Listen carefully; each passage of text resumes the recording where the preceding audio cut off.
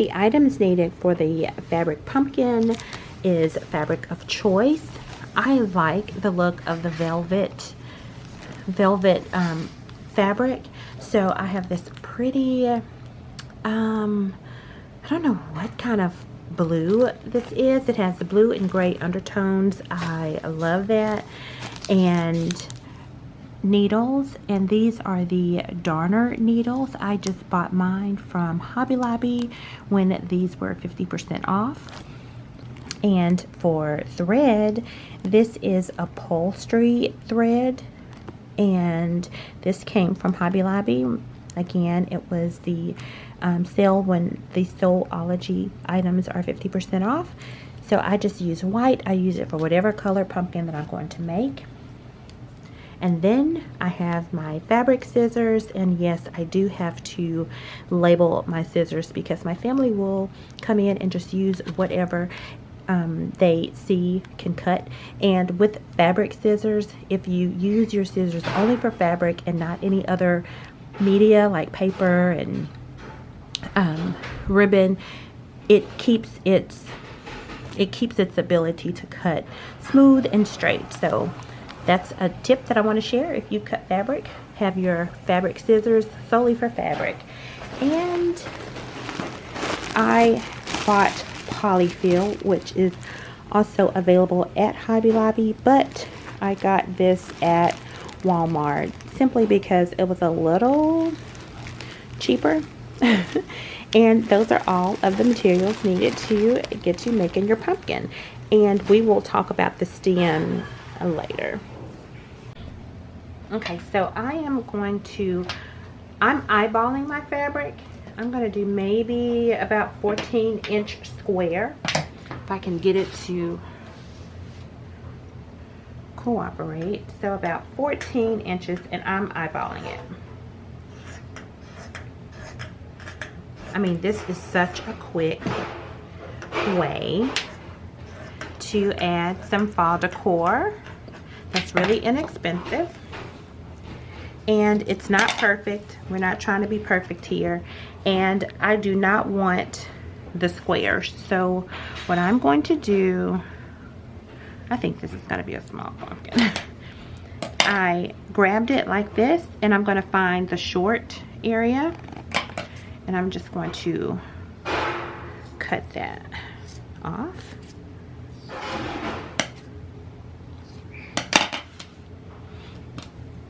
And we should have a circle. We do. It's not the best circle, but that does not matter at all. Okay, so with my needle and thread, I just made a knot at the end. And on my fabric, I'm going to go close to the edge, not too close. And I'm going to make some little gathers like this to make my stitches.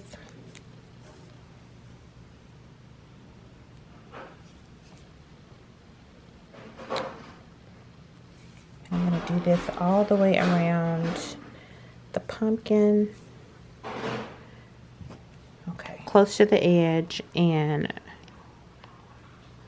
get my little stopper, and I'm going to go through that one more time before I start going around the entire pumpkin. Okay. I got a good stop. So close to the edge of the fabric, I'm just going to use this long needle to make a few gathers to begin stitching. And what it does is it starts to gather the fabric. So let me just keep going so you can see what I'm talking about. It's almost like making a little pocket or a little pouch. And this is something that will be so fun to do and relaxing around watching the TV, listening to a podcast, chit-chatting with friends. So can you see it's starting to gather? And I just do that all around the pumpkin.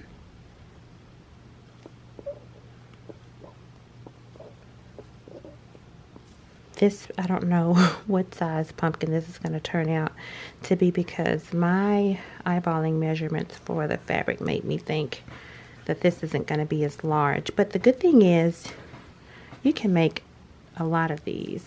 I purchased, I think, 2 yards of fabric. And your stitches does not have to be perfect, because no one will see these gathers.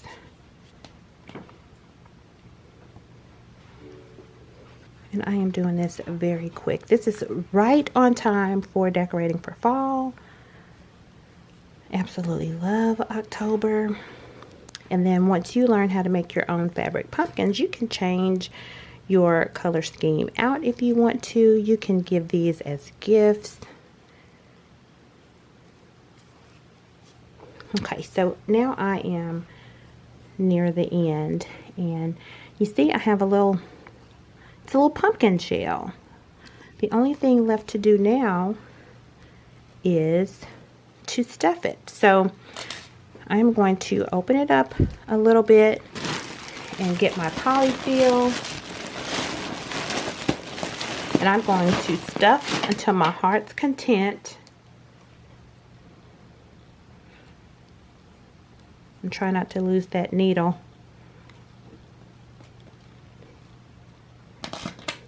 And then I can see about how much I need to add.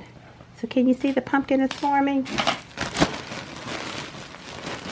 Use a little bit more stuffing, because I want it to be round.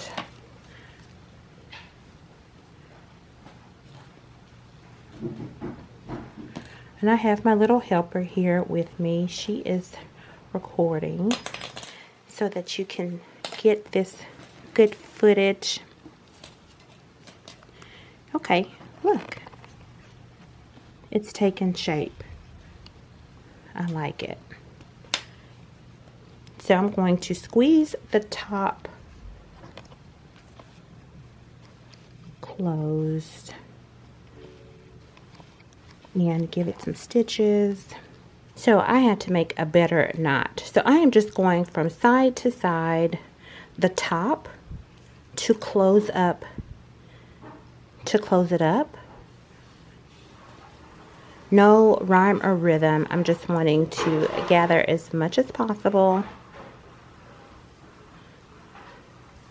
to close it up, side to side. This needle being long and thick makes that possible. And my thread was not long enough. So once I feel comfortable with closing up the top, I am going to add more thread to the needle, because there's one more step that's needed to finishing this. If you see some of the polyfill poking out, go ahead and stitch that up. And I think I'm almost done. Then just give it a few stitches to make sure that your thread doesn't pop out.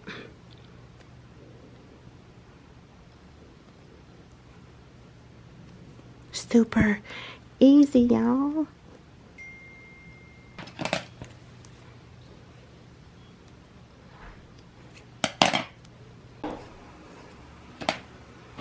Okay, so here is the pumpkin, and I'm just giving it a little fluff, but there it is taking shape.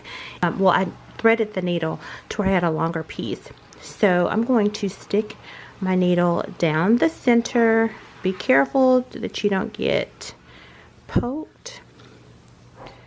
So I'm just going to stick that through there, because I want to make a little indentation. And because I made that knot, it won't go any further.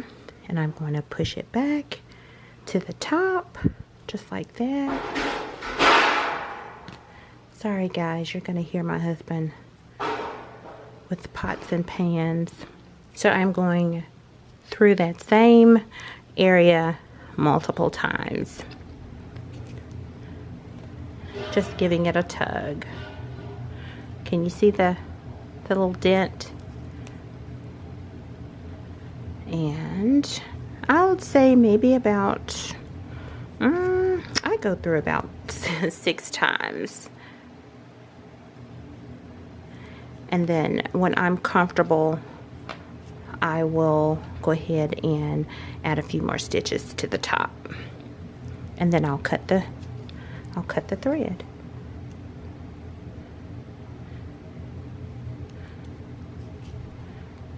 A few more stitches. I don't think you can stitch it too much.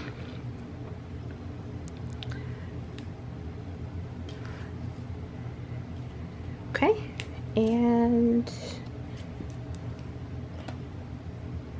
if there are any loose threads, I'll just snip those off so that they're not seen. And look at the shape of the little pumpkin. Is that not adorable? And look at the color. So I had the hardest time trying to see what I wanted to do for the stem. And I saw several videos of the clay stems. You shape them yourself. You let them sit for 24 to 48 hours, and I painted mine gold, a metallic gold. Look at that. And so now I am going to hot glue the bottom and just add it to my pumpkin. I'll add it to my pumpkin after I hot glue it, and